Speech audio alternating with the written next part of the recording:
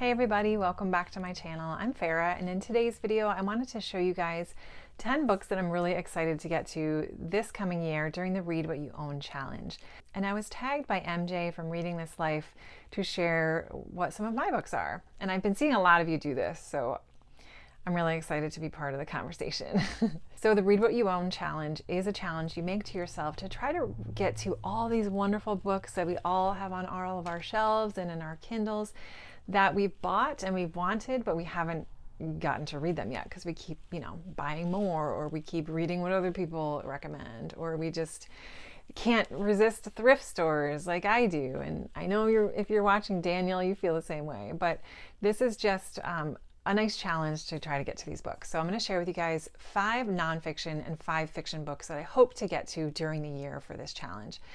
So I recently, last month, did a video where I did a haul of nonfiction books. So I'm not going to mention any of those because they're all brand new for me. So I feel like I want to get to these ones before I dive into those ones. I mean, I'm going to be diving into all of them, but these are just some that have been lingering on my shelves. So these may not be the most exciting or popular books in the world because the majority of the books I have on my shelves have come from thrift stores. So I'm kind of like a shark. I'm an opportunistic book hunter. If I see it and it looks good, I'm going to grab it. I don't necessarily go to bookstores and buy books all the time. I do once a year on my birthday just as a really fun treat. But in general, these are just kind of a ragtag bunch of books. Some I've bought, but most of them I've thrifted. So the first one we have, this actually is one that I bought, but this is called The Lost Art of Reading Nature's Signs. Use outdoor clues to find your way, predict the weather, locate water, track animals, and other forgotten skills. And this is written by Tristan Gooley. Tristan Gooley he's an author, but he's also like an expeditionist. He's traveled all across the world. I think he has about 20 years of pioneering experience. So he's very well versed in the art of survival, the art of reading signs in nature. And this book looked really good. I got this over a year ago when I was up on vacation in the Adirondack Mountains here in upstate New York. And it just sounds really interesting. So, there's just little things about everyday life that can tell you things, signs in nature that we just pass by because we don't have to learn these anymore. With the advent of all the technology we have in the world, a lot of these skills and recognition of signs in nature have been lost. So I'm really interested in getting into this, just probably not going to be something that I sit down and read a ton of every night, but just to get through a chapter or so every other night would be fun, just to educate myself and practice these skills outside. I live in a very rural area, so it's easy to, I think incorporate some of these signs into my daily life. All right, next, this is a book that either was given to me by my sister or it was thrifted. I can't remember. It's been on my shelf for that long, years. And this is called A Year in the World by Frances Mayes. And Frances Mayes is the author of a very popular book called Under the Tuscan Sun. So this is a travel memoir, and it talks about her life when she moved to Tuscany and built a home for herself there. She travels extensively through Europe, through Spain, Portugal, the British Isles, Greece. So I have personally never been to Europe. It's a dream of mine to get over there someday and visit all these countries that I want to visit, but I just thought it would be an interesting, really fun way to experience traveling in the comfort of my own home until I have the means and the resources to go myself. So looking forward to this. I do love a good travel memoir. One of my favorite books when I was younger was called Eat, Pray, Love. That was pretty popular back in the day, but I loved the traveling part of it and the culture and the food and the languages. And so I'm really hoping this is an interesting read. Next, we have another book that I thrifted called You Are the Universe, Discovering Your Cosmic Self and Why It Matters. And this was written by Dr. Deepak Chopra, and he's a renowned medical physician focusing on integrative medicine. And it's written along with Dr. Menas, who is a professor of physics.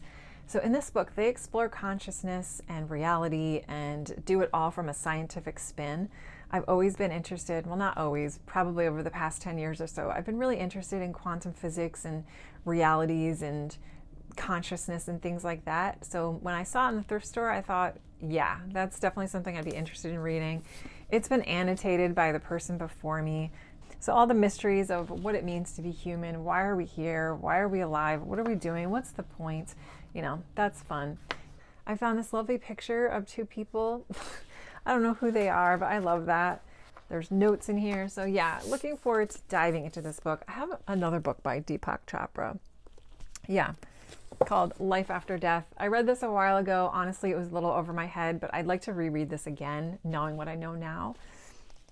I know this is not everybody's cup of tea. Some of you are probably like, ugh, but it is mine. I enjoy stuff like this. Next, we have another memoir-style book, nature-related. This is called Woodswoman, Living Alone in the Adirondack Mountains, written by ecologist LaBastille.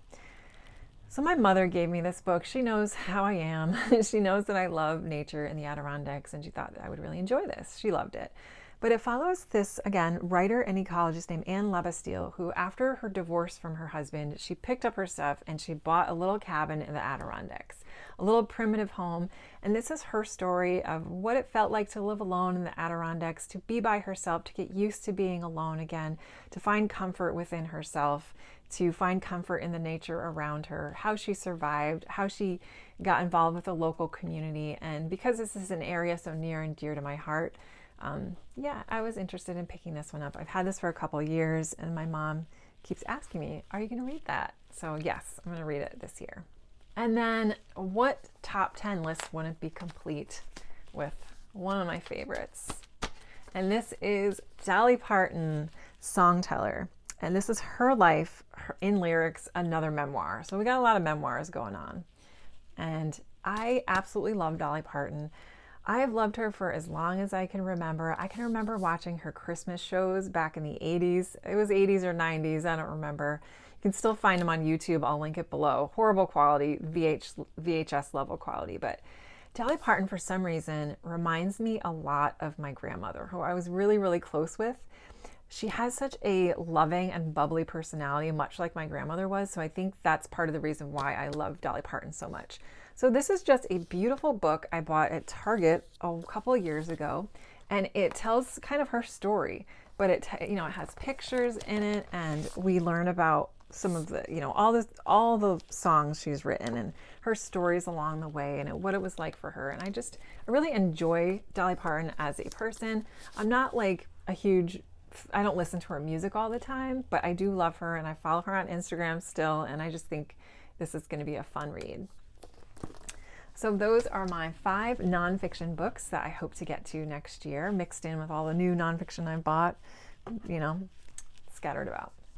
Okay, and now we're moving on to 5 fiction books that I hope to get to this year. Now, first and foremost, number 1 book that I have to read this year, I have to finish because it's holding back a project that I've been working on for 2 years, is Clarissa, The History of a Young Lady. This book is taking me forever to read. Like I just said, I started this about 2 years ago because this is way before I even started BookTube, but I really wanted to try to read the 100 greatest books of all time and novels of all time. And according to the list that I'm using, which is, I'll put the link below, because there's a lot of different book lists, but I just have to pick one at random. This book is number 100, and I want to work my way up to number 1. Number 1 is listed as Anna Karenina. I have it already, but I really want to take my time and go through this list. It's going to take me a couple of years, but Clarissa is already taking me a couple of years. This is the longest novel ever written in the English language, and it's a chunker. Not only is it extremely thick, this is the unabridged version, but it's very small writing, and it's written in epistolary form. So there's no chapters. It's just written by letter. And in this book, we're following this young woman named Clarissa. She's about 18 years old. It takes place in London. It was written back in 1790 something, I believe. And she is being set up to get married to someone that she hates. There's this other guy named Robert Lovelace, who's our second main character. He's a rake. He's vile, but he is handsome as can be. He's charming as can be. He's extremely well written, very smart, and he is in love with Clarissa in his own psychopathic way. So the story just the first huge chunk of book talks about how she doesn't want to get married to this other guy. And then, I'm not going to say too many spoilers, but she ends up being whisked away by this Robert Lovelace guy and is held prisoner against her will. And it's a story about what it means to be virtuous And it is such a detailed and account into the psychology of what it feels like to be married against your will, what it feels like to be imprisoned by this charming, beautiful, but horrific psychopath guy. And it's fascinating. I absolutely love this book. It's just that I don't ever pick it up. I'll read a letter or two a day and then I'll put it down. And I've gotten so overwhelmed with booktube and reading this and reading that and producing videos and doing this that I just know that I need to sit down, and I really want to. I don't need to. I want to sit down and finish this. So over the next couple months, you may not see a ton of content from me because I really do want to focus on this book, because I can't move forward with the list until I finish this one. So let me know if any of you have ever read Clarissa. I'm really curious to know. Next, we have a book called Ghostwritten by David Mitchell. And this is an author that I have been wanting to try out as well. This is a booktube made me buy type of situation. And Ghostwritten is a collection of short stories that are all connected in the end. And we're getting the perspective of many different people. We're getting the perspective of somebody in Tokyo, somebody in New York City, somebody in China, somebody in Mongolia. And it's a story about human connectedness and understanding and making connections in what we know as crowded isolation, which is kind of that feeling of feeling alone even though you're surrounded by people, and what it means to really connect to another human being. To, you know, what levels of connection are there? There's deep connections that you have maybe with a spouse. There's deep connections you have with a family member. There's different connections you have with a friend. And I think it's just an exploration into that. So looking forward to this. This was highly recommended by a booktuber that I had watched, and I ended up purchasing the book. So hoping to get to this one as well. And let me know if any of you guys have read David Mitchell before. Okay, next, another classic I really hope to get to this year is Frankenstein by Mary Shelley. This I had hoped to read for October, but I ran out of time. So I'm hoping to read it early this year. It's a very short book, and of course it tells the story of Victor Frankenstein, a scientist who creates, I don't know, we always think of the monster as Frankenstein, but does he actually have a name? I don't know. I'm so curious about this book. People love it. People rave about it. It's some people's favorite book, some people's favorite Gothic novel, Gothic horror. So really looking forward to sitting down and enjoying Frankenstein at some point this year. All right, number 9 is going to be The Seven Husbands of Evelyn Hugo. And this is a historical fiction. It's won so many awards. It's been raved about on the internet, on booktubes. Probably some of you have already read this. And this is another booktube made me buy it. I've read a couple different books by Taylor Jenkins Reid's, Malibu Rising and Daisy Jones and the Six, and I loved both of them, Daisy Jones and the Six especially. So I've heard of this book from family members and friends and booktube and Goodreads just saying that they really enjoyed it. So I don't even know what it's about. I have no idea. I'm so afraid I'm going to find a spoiler, but really looking forward to getting to this book because I'm probably going to like it. I feel like I'm going to like it. And the final book that I really hope to get to this year is The Hobbit by J.R.R. Tolkien. And this is the first book that goes along into the Lord of the Rings series, of course. And this is just a series that I've been wanting to read for ages and ages. And I just really want to hunker down and read this. I do enjoy fantasy.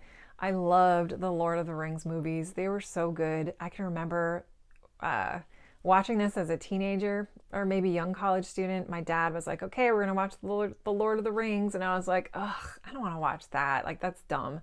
And he put it on and I was like, oh my gosh, I love this. I love this. I can't believe this is what this is about. So really hoping to get to The Hobbit. And then I do have a little collection of the Lord of the Rings books that my husband gave me for my birthday a year or two ago. So hoping to get to, of course, the rest of the books as well. Of course, there are many more than just 10 books that I hope to get to from my shelves this year, but those are the ones that stuck out the most to me when I looked on my shelves. And yeah, I'm excited to get to them. So I would love to know if any of you have read these books before. Again, don't tell me if they're bad yet. Let me read them first, if you don't mind. I really encourage any of you that are looking to do the Read What You Own challenge to do this video.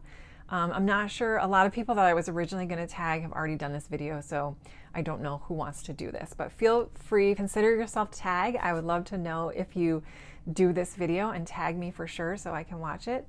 But thank you so much for watching. I really appreciate it, you guys, and I hope you have a great rest of your day, and thank you for watching.